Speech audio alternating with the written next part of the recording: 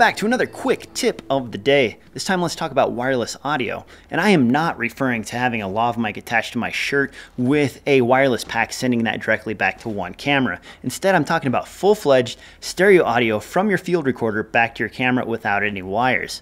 Right now I'm demonstrating that. I'm using this boom mic right here fed into the Tascam DR-60d, and the audio from that is coming out of the Lineout of the Tascam DR-60d and being fed directly into this Jangus wireless Wii stereo transmitter. The stereo transmitter is sending the audio back to the camera, and the camera is capturing the audio without any wires. The DR-60d is still recording the audio, but the camera is also recording the audio. If nothing goes wrong with the camera audio, you can simply use that instead of having to sync in post with the DR-60d's audio tracks. This means there's no tethering between your boom mic operator and your camera. This also means that you have protected audio. And if you don't have any problems with the audio recorded directly to the camera, you won't have to worry about syncing audio in post, which can save a lot of time if everything goes well. If not, you're still protected. Altogether, this configuration right here will set you back about $400. The Jangus wireless Wii unit is about $200, $180, and the Tascam DR-60d is currently on sale on B&H for $199. It also includes a free copy of Pluralize, which means if you do have to sync, you have really decent software to take care of that for you, so you don't have to worry about lining stuff up in post.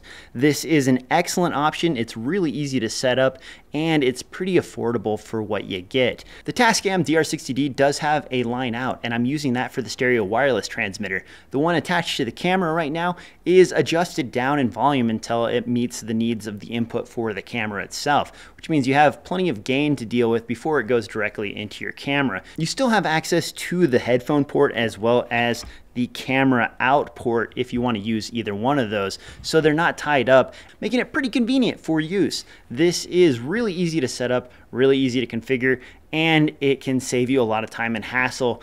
And a $400 package altogether is pretty darn cheap for a very sophisticated wireless transmitter system. One caveat to this particular setup is that you're going to want to use a Y splitter like this one right here, and then set the volume levels on the front of the unit. That way the line out port will be sending audio at two different levels back to your camera. That way you have a protected audio track and a hotter signal to work with in post. This gives you even more of a chance of getting things perfect in camera as opposed to having to worry about going to sync audio with this guy. The field recorder still does serve its purpose because it's providing phantom power to the boom mic. It's giving you headphone out to monitor the audio being sent to the camera, and it's giving you the option of recording in the field recorder as opposed to the camera, so you do have that extra backup in case things go crazy.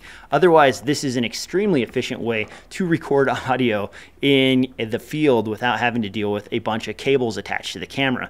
I use this on a regular basis. The only other thing I would say is that since the batteries are internal on this wireless transmitter, you're going to want to have two of them around. This lasts about 4 to 6 hours depending on how heavily you're using it, so you're going to have two if you're going to do a full day's work. I keep one on the charger, then I pull that one off the charger and use that when this goes down, and then I put this back on the charger, and chances are this is charged up enough to use again by the time the other one goes down if I have a really long shoot. But otherwise, two of these should get you through an entire day of shooting. If you have shorter days of shooting, just make sure this is charged up ahead of time and you should be good to go. Anyway, that's been your quick tip of the day. I'm adding the new show DFN Mailbag, so be sure to send your questions and let me know what you think of the show. Do you want more questions? Do you want it longer? Do you want it shorter? How do you want it? It's all part of my plan to make more content available to you guys weekly and daily, so let me know what you think. Also, be sure to check out the second channel for even more stuff that's posted weekly and daily that doesn't make it onto the main channel. You can also swing over to DSLRfilmnoob.com for full written reviews with images and all that kind of stuff. So do it! Seriously, that's all I got.